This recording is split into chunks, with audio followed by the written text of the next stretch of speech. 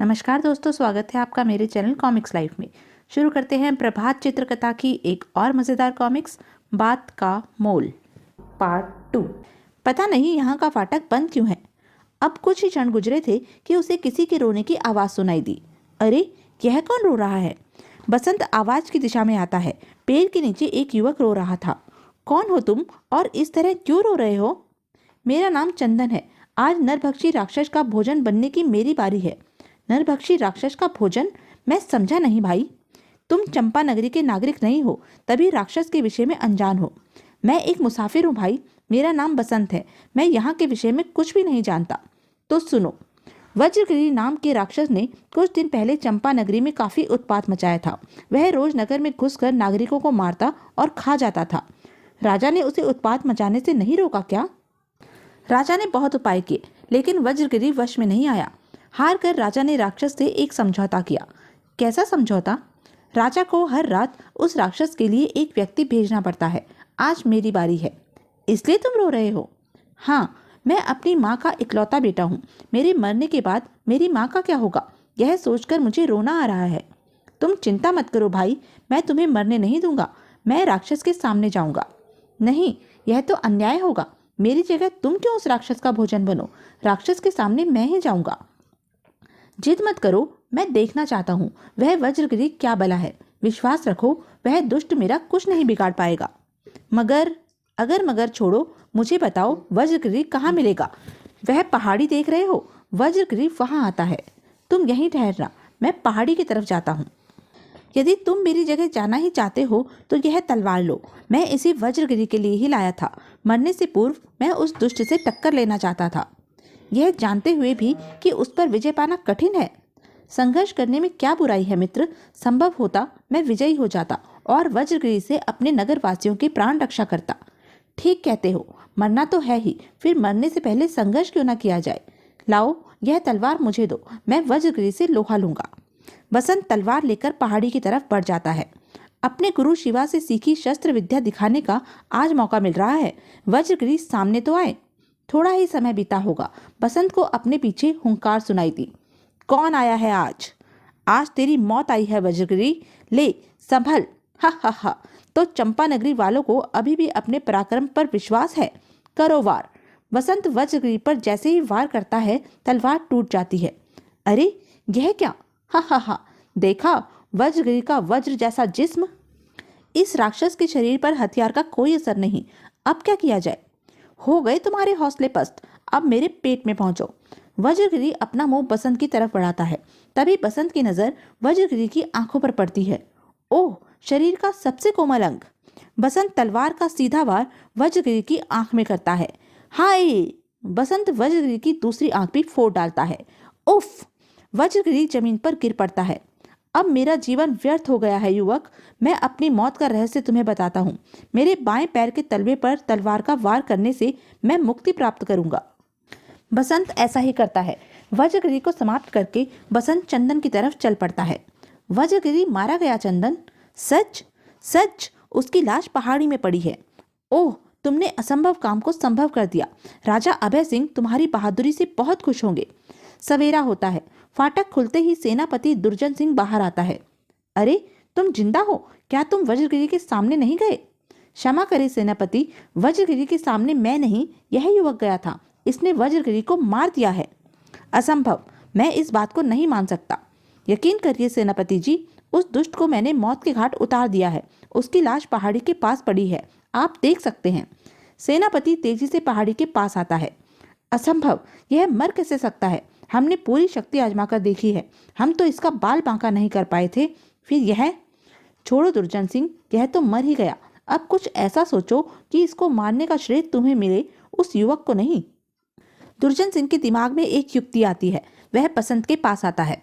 हम तुम्हारी बहादुरी से खुश हैं युवक, आओ हमारा आतिथ्य स्वीकार करो। चंदन, तुम भी चलो अपने आवास में पहुंचकर। मैं चंदन को बाहर भेजता हूँ, उसे हमारे कारागार में डाल दो। बैठो बसंत। चंदन, तुम बाहर जाओ, मैं बसंत से गुप्त मंत्रणा करना चाहता हूँ। जी। चंदन बाहर जाता है। बसंत, तुम मुझे साधारण इंसान नजर नहीं आते, अपना परिचय नहीं दोगे मुझे? मैं कंचन नगरी के सेनापति का पुत्र हूँ। कंचन नगरी पर पड़ोस के राजा ने चढ़ाई करके जीत हासिल की है। इस युद्ध से मेरे पिता वीर गति को प्राप्त हुए। मैं नगर छोड़कर नौकरी की तलाश में निकला हूँ। तुम्हें नौकरी मिल सकती है बसंत, लेकिन तुम्हें एक वादा करना होगा। कैसा वादा? तुमने वज्रगिरी को खत्म किया है, यह बात तुम्हारे, चंदन और मेरे अलावा कोई अन्य न जान पाए। यह तो सौदा हुआ। सौदा ही समझो। नौकरी चाहते हो तो यह वादा करना ही पड़ेगा। ठीक है, मैं यह बात किसी अन्य व्यक्ति को नहीं बताऊंगा। कल से तुम राजवाटिका की देखभाल करोगे। खाना पीना और आवास के अलावा तुम्हें 50 अशर्फियाँ मिलेंगी। 50 अशर्फियाँ अधिक तो नहीं है, परंतु माँ का गुजारा आराम से हो जाएगा। मुझे मंजूर है। सेनापति ताली बजाता है। एक सैनिक उपस्थित होता है। बसंत को राजवाटिका में पहुंचा दो और इसके खाने पहनने का प्रबंध कर दो। आओ। बसंत सैनिक के साथ चला जाता है। वाह, अब मैं राजा के सामने अपनी बहादुरी का रोब मारूंगा। वज्रगिरी को समाप्त करने के बदले में मुझे भारी इनाम और सम्मान मिलेगा। चलूं। सेनापति दुर्जन सिंह महल में पहुंचता है। अरे सेनापति दुर्जन सिंह, इतनी सुबह हमसे मिलने की क्या जरूरत आ पड़ी? सब कुशल तो है? सब कुशल है। मैं आपको एक शुभ समाचार सुनाने आया हूँ। मैंने वज्रगिरी को समाप्त कर डाला है महाराज। अरे कैसे? कब? मैं कई दिन से वज्रगिरी को समाप्त करने की योजना बना रहा था। कल रात जब उसके भोजन के रूप में चंदन नगर से बाहर गया तो मैं भी पीछे पीछे चला गया। वज्रगिरी ने जैसे ही चंदन को अपना भोजन बनाया, मैंने वज्रगिरी को ललकारा। हमारा घमासान युद्ध हुआ और वज्रगिरी मेरे हाथ से मारा गया। शाबाश दुर्जन सिंह, तुमने साहस का परिचय देकर अपने नगर को भयानक विपत्ति से बचा लिया। हम तुम्हें चमनगढ़ की जायदाद देते हैं। वज्रगिरी की मौत का आज नगर में उत्सव मनाया जाए। हम यह समाचार रानी को सुनाते हैं। सेनापति, आप तो बहुत बहादुर निकले। क्या तुम्हें बहादुर व्यक्ति पसंद है राजकुमारी? हाँ, मैं खुशनसीब हूँ। तुम्हारी जैसी सुंदरी ने मुझे पसंद किया। चलता हूँ। उस दिन सारे नगर में रोशनी की गई। वज्रगिरी के मारे जाने से सभी प्रसन्न थे। सभी की जुबान पर सेनापति की बहादुरी की चर्चा थी। वज्रगिरी को मैंने समाप्त किया है। सम्मान सेनापति का किया जा रहा है। सेनापति बहुत चालाक निकला। मुझे 50 अशर्फी की नौकरी दी। आप चमनगढ़ की जायदाद का मालिक बन बैठा। मैंने सेनापति को जुबान दी है। मैं किसी को यह राज नहीं बता सकता। छोड़ो, मुझे इस नौकरी से संतोष है। दिन बीतते गए। बसंत की मेहनत से राजवाटिका में बाहर आ गई। बसंत अपनी मेहनत का रंग देखकर खुश था। एक दिन जब वह घास खोद रहा था, तुम बहुत सुंदर हो चंपा, और तुम बहुत बहादुर हो मेरे दुर्जन। तुम्हें मेरी बहादुरी पर विश्वास है चंपा? वज्रगिरी चट्टान था। उसे धराशायी करने का साहस किसी में नहीं था। तुमने यह काम किया है। मैं तुम्हें वीर पुरुष मानती हूँ। उस दुष्ट को समाप्त करना ही था। आज वह तुम्हारे पिता का सिरदर्द बना हुआ था, कल हमारा सिरदर्द बनता। हमारे लिए से क्या अभिप्राय है तुम्हारा? मैं अपनी और तुम्हारी बात कर रहा हूँ चंपा। कल मैं इस नगरी का राजा बनूंगा और तुम मेरी रानी बनोगी। तुम्हें विश्वास है कि मेरे पिताजी मेरा विवाह तुमसे कर देंगे? मुझसे विवाह हुए बगैर यह राज तुम्हें नहीं मिल सकेगा। वह तुम्हारे लिए किसी राजा के राजकुमार की इच्छा रखते हैं चंपा। मैंने आज ही उनका मन टटोला है। ओह, तुम चिंता मत करो। तुम मेरे साथ हो तो मैं कोई न कोई युक्ति निकाल लूंगा। अरे वो कौन है दुर्जन? यह तो बसंत है। छुपकर हमारी बातें सुन रहा है। मैं इसे डपट कर आता हूँ। उन्होंने मुझे देख लिया। अब छुपना बेकार रहेगा। सेनापति दुर्जन सिंह बसंत के पास आता है। तुम छुपकर क्या देख रहे थे? यही कि राजमहल में शतरंज की चालें चली जा रही हैं। तुम राजकुमारी को अपना बनाने के सपने देख रहे हो सेनापति। यह सपने नहीं है। मैं चंपा को अपनी बनाऊंगा और यहाँ का राजा भी बनूंगा। अगर मैं राजा को यह बता दूं कि वज्रगिरी को मैंने समाप्त किया है तो? हाँ हाँ हाँ, कौन विश्वास करेगा तुम्हारी बात पर? मुझे चंपानगर वासियों ने वज्रगिरी को समाप्त करने के लिए सम्मानित किया है। स्वयं राजा ने मुझे चमनगढ़ की जायदाद दी है। सब जान चुके हैं वज्रगिरी को मैंने मारा है। नगरवासी अंधेरे में हैं। मुझे राजा से एक बार मिलने दो, फिर देखो तमाशा। तो तुम राजा से मिलोगे? हाँ, मिलो। मैं देखता हूँ वहां मेरा जादू चलता है या तुम्हारा। दुर्जन सिंह पांव पटकता हुआ चंपा के पास आता है। क्या हुआ? तुम इतने गुस्से में क्यों हो? बात राज की है। मेरे करीब आओ। दुर्जन सिंह चंपा के कान में कुछ कहता है। लेकिन यह तो ठीक नहीं है। एक यही रास्ता है चंपा। यदि बसंत राजा तक पहुंच गया तो अनर्थ हो जाएगा। ठीक है, मैं जाती हूँ। थोड़ी देर में मैं भी आ रहा हूँ। चंपा अपने पिता महाराज अभय सिंह के सामने पहुंचती है। अरे, तुम्हारी आंखों में आंसू? क्या हुआ बेटी? पिताजी, आपके एक छोटे से नौकर ने मेरे सामने शादी का प्रस्ताव रखा है। कौन है वो बदतमीज? मुझे उसका नाम बताओ। उसका नाम बसंत है पिताजी, वह राजवाटिका में माली का काम करता है। तुम कक्ष में जाओ, मैं उस पाजी को बुलाता हूँ। राजा ताली बजाता है। आज्ञा महाराज, राजवाटिका से बसंत माली को बुलाकर लाओ। जी। सैनिक चला जाता है। कुछ ही देर में बसंत को वह राजा के सामने पेश कर देता है। प्रणाम महाराज, मुझे कैसे याद किया? क्या तुमने राजकुमारी के सामने शादी का प्रस्ताव रखा है? मैं आपका छोटा सा सेवक ऐसी गुस्ताखी नहीं कर सकता। आपको किसी ने गलत सूचना दी है। सूचना स्वयं राजकुमारी ने दी है। हम जानते हैं वह झूठ नहीं बोल सकती। राजकुमारी सेनापति के प्रेम जाल में फंसकर मुझ पर झूठा आरोप लगा रही है महाराज। खामोश, तुम मेरी बेटी पर कलंक लगा रहे हो। हम तुम्हारा सिर धड़ से अलग कर देंगे। राजा तलवार की तरफ हाथ बढ़ाता है। तभी राजमंत्री आता है। ठहरिए महाराज। मंत्री, आप इस दुष्ट के प्राण बचाने आए हैं, इसका दोष जानते हैं? जान चुका हूँ, लेकिन बगैर सच्चाई का पता लगाए क्या आपने किसी को सजा दी है? राज कानून तो आप भी जानते हैं महाराज। युवक, तुम जाओ। बसंत चला जाता है। इसको इस वक्त छोड़ना ठीक नहीं था मंत्री, इसकी उद्दंडता और बढ़ेगी। मामला राजमहल से संबंधित है महाराज। इसे सरेआम मारा जाता तो राजकुमार की बदनामी होती। नगरवासी तरह तरह की बातें करते। इसे मारने के लिए और भी तो रास्ते हैं। तो कोई रास्ता निकालो। रास्ता निकला हुआ है, सुनिए। मंत्री राजा को बसंत को समाप्त करने का रास्ता बताता है। उधर बसंत सोच रहा था, मुझ पर झूठा कलंक लगाया गया है, अब मेरा यहाँ रहना ठीक नहीं है। लेकिन बाबा ने कहा था नौकरी चाहे 2 टके की हो, उसे छोड़ना नहीं चाहिए। अगर मैं नौकरी छोड़कर चला गया तो राजा भी यही समझेगा मैं दोषी हूँ। मुझे यहीं रहकर अपने ऊपर लगे कलंक को धोना चाहिए। सुबह बसंत को राजा फिर बुलवाता है। बसंत, आज हम इष्ट देवता की पूजा करना चाहते हैं। तुम अशोक वाटिका से फूल लेकर आओ। फूल तो राजवाटिका में भी है महाराज। हमारे यहाँ आज तक इष्ट देवता की पूजा में अशोक वाटिका के फूलों का ही उपयोग हुआ है। फूल वहीं से लाओ। मैं तुम्हें अशोक वाटिका के माली रहीम खां के नाम चिट्ठी देता हूँ। वह मेरी मनपसंद फूल तुम्हें तोड़ कर देगा। राजा बसंत को पत्र देता है। तभी सेनापति दुर्जन आता है।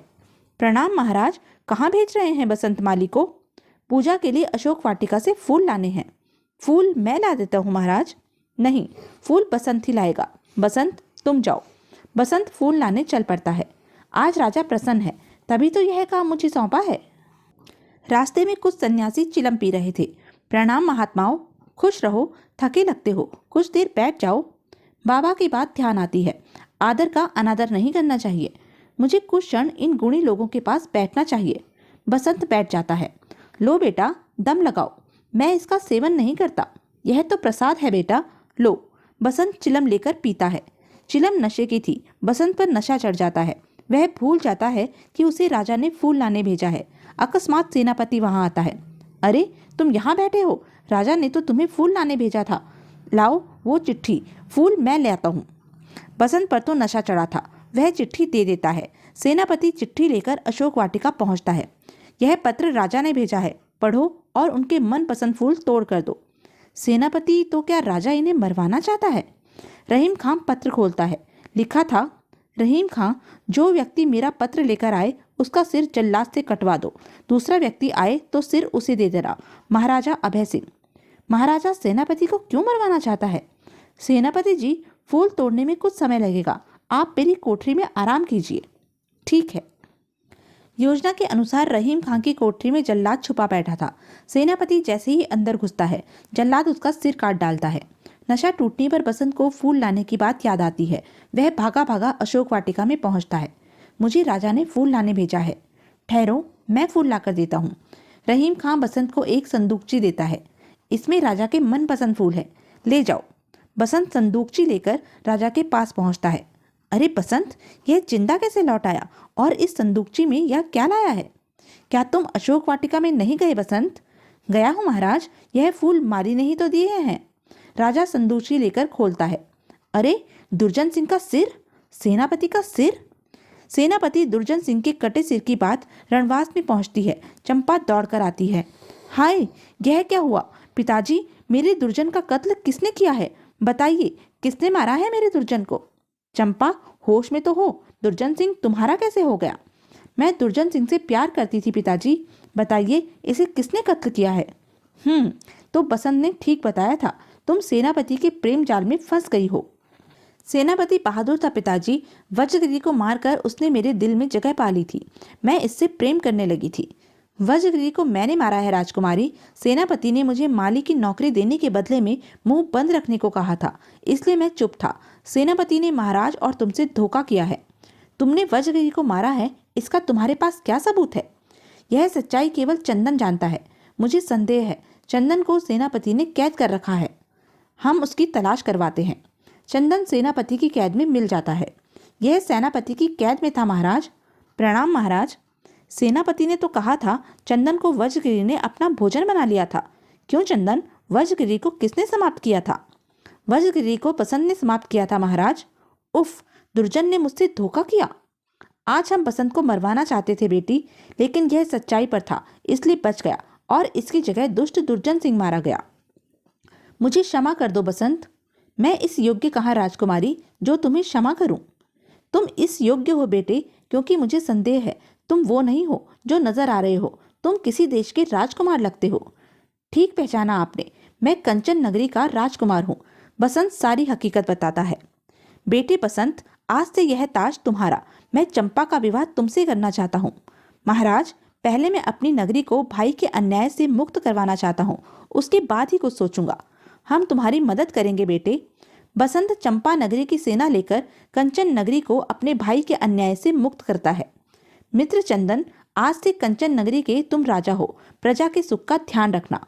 बसंत माँ को लेकर चंपा नगरी आ जाता है। वहाँ उसका राजकुमारी चंपा से विवाह हो जाता है। वह चंपा नगरी का राजा बन जाता है। वाह, बात का मोल चुकाकर आज मैंने सब कुछ पा लिया है। तो यह थी प्रभात चित्रकथा की एक मज़ेदार कॉमिक्स। ऐसी ही मज़ेदार कॉमिक्स के लिए बने रहें मेरे साथ। और हाँ, मेरे चैनल को लाइक, शेयर और सब्सक्राइब करना ना भूलें। धन्यवाद।